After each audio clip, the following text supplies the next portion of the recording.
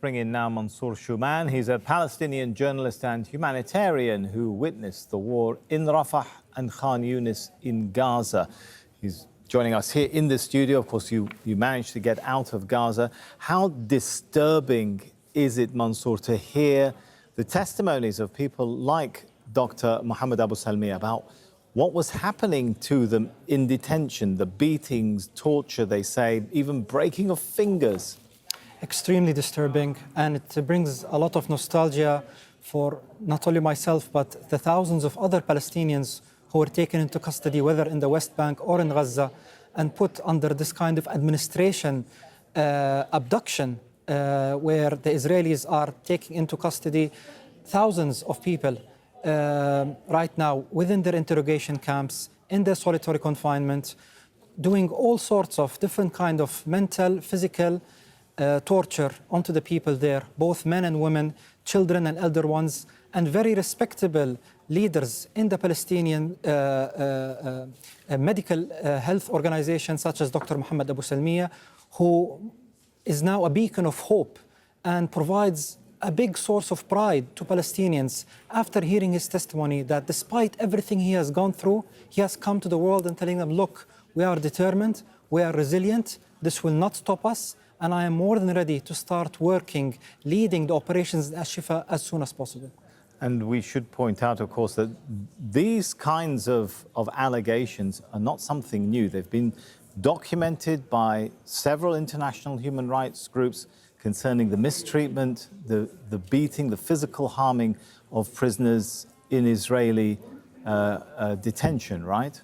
Correct. This is something, I mean, you yourself were exposed to Israeli detention. Maybe you can talk to us a little bit about what you experienced.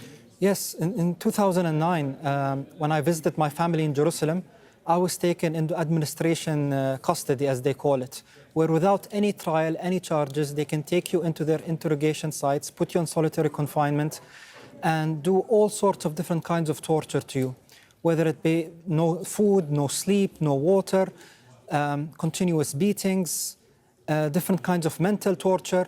And I can only imagine what the people right now in Gaza that have been taken, around 7,000 people or more have been taken into such kind of administration custody, in addition to 6,000 more in the West Bank.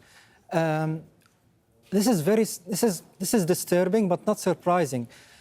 It can only be surprising if you still think of Israel as a first world country, and if you think that this is the most moral army in the world, as per different Israeli political ministers and analysts.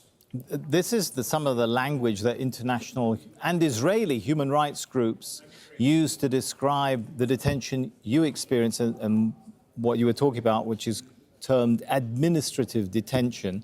So Amnesty International calls it a key tool of apartheid. The UN Special Rapporteur on Human Rights has called it an anathema in any democratic society. And Beit Salem, the Israeli human rights group, points out that it's a process of holding people without trial, without having committed an offence, on the grounds that, quote, he or she plans to break the law in the future. I mean, this is not the international understanding of a process of arrest and a legal process of arrest and detention, right? I agree, 100%, 100%. This only happens in the state of Israel. And I hope that what happened to Dr. Mohammed Abu Salmiya and the 55 people who were let go today can be the start of a global uprisal to continue towards a movement to free all of our abductees and prisoners from the Israeli centers, whether it be in Gaza or in the West Bank. All right. Thank you so much for coming in and sharing your experiences with us that you've gone through firsthand, Mansour Shuman. Thank you.